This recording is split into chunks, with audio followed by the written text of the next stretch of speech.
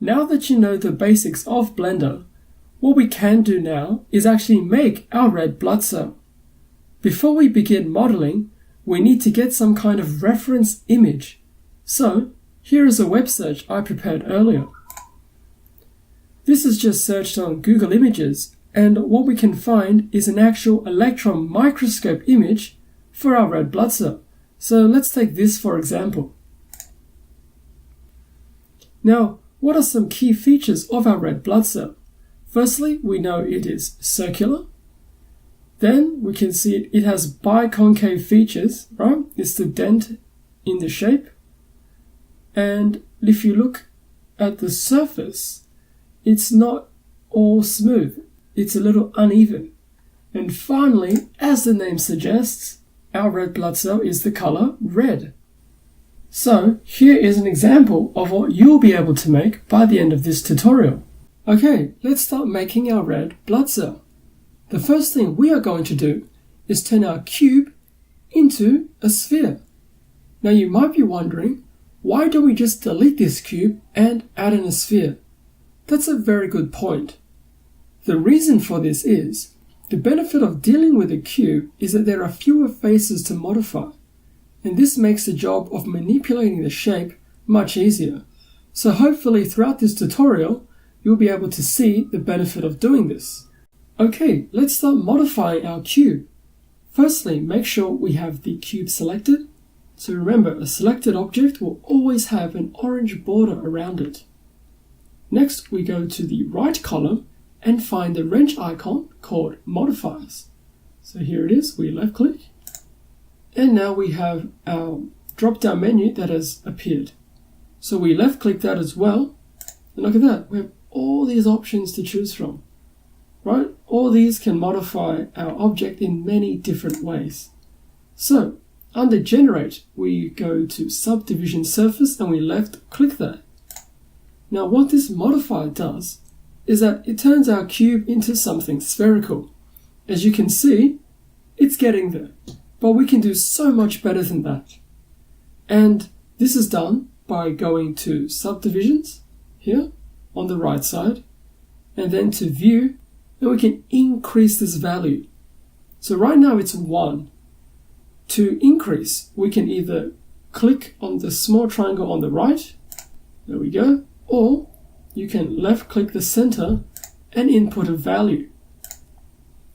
So instead of just jumping to a value, I'm going to slowly show you what happens when we increase it gradually. Alright, so view 1 is like this, view 2, and then view 3. Look at that.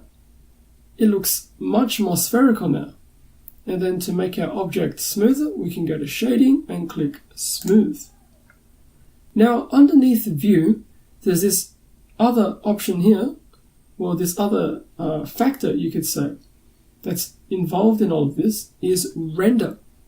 Now to give you guys a very brief explanation of rendering, it's the process of producing an image based on the 3D data stored in the program. So once we finish modeling this, right, make a red blood cell, we want to produce our final product, and that's through rendering. Right now, our render value is 2. So let's see what happens when we render this. To render an object, we go to the camera icon here, we left click that, and then you can click render, or there's a shortcut for this which is F12. So let's render this. Now if we zoom in, let's take a look. Notice how there's all these sharp edges around our sphere. It doesn't look very spherical now, does it? So this is where we have to change our render value. So to escape this rendered view, we hit escape on our keyboard. Okay, so let's go back to the wrench icon and increase the render to say 6, right? This is the maximum, and let's see what happens. Go back, hit render. Look at that, it looks a lot more spherical. Okay, so let's escape and move on. Now that we've changed our cube to a sphere, we can modify this even further. Alright, so our next step is we go from object mode to edit mode. To do this, we go to the bottom bar here, object mode, left click, and then we find edit mode. Left click that and you'll be seeing this. As you can see, our sphere is encased in a cube mesh because we originally started off with a cube.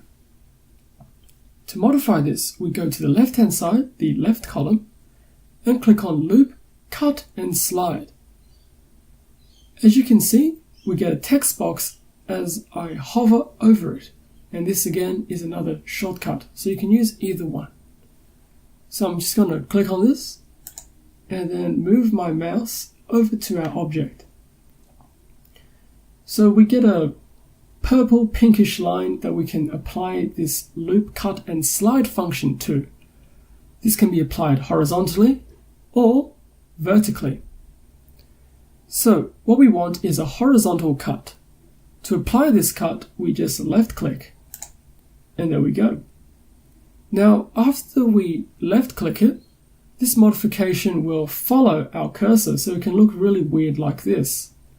All we want is somewhere in the middle. But say if you accidentally moved it, say up here or down there, just misclicked, alright, and it looks wonky. What you can do is just hit Control Z. So we hit Control Z and we're back, right? You never made that mistake, no one needs to know. So we make our cut again.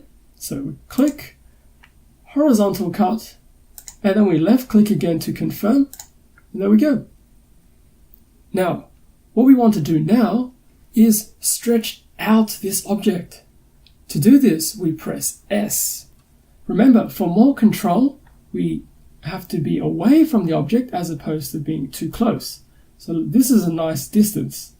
So we hit S, and we're just dragging out the 4 new sides that we have generated from this loop, cut and slide function.